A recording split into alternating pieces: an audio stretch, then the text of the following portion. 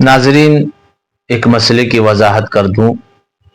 नमाज में मुक्तदी से गलती हो जाए, यानी इमाम के पीछे किसी वाजिब को जानबूझकर छोड़ने का क्या हुक्म है? नमाज लौटानी होगी या नमाज हो जाएगी? फिर से सुनिए, इमाम के पीछे किसी वाजिब को जानबूझकर छोड़ने का क्या हुक्म है? मुक्तदी नमाज को लौटाएगा या नमाज हो जाएगी? तो इस सिलसिले में जवाबन अर्ज ये है कि इमाम की इक्तिदा में नमाज पढ़ते हुए अगर मुक्तदी से कोई वाजिब खास सहवन यानी भूले से छूट जाए या जानबूझकर, तो उस पर सजदा सहव जरूरी नहीं है।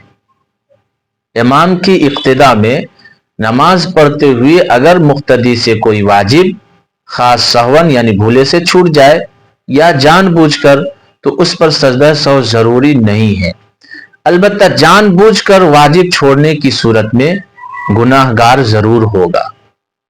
अगर इमाम के सलाम फेरने के बाद मसबूक से छूटी हुई नमाज की अदायगी में कोई ऐसी गलती हो जाए जिससे सजदा सहव जरूरी होता है, तब उस पर सजदा सहव करना जरूरी होगा।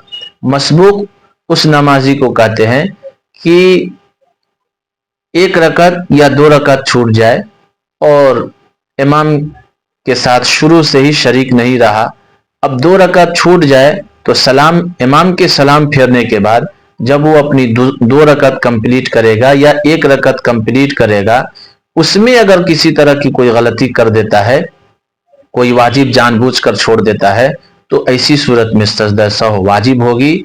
वरना अगर इमाम की इक्तिदा में पढ़ रहा है और इमाम के साथ पढ़ने के दौरान जानबूझकर अगर कोई नमाज में वाजिब छोड़ देता है, तो सजदा सहव वाजिब नहीं होगी।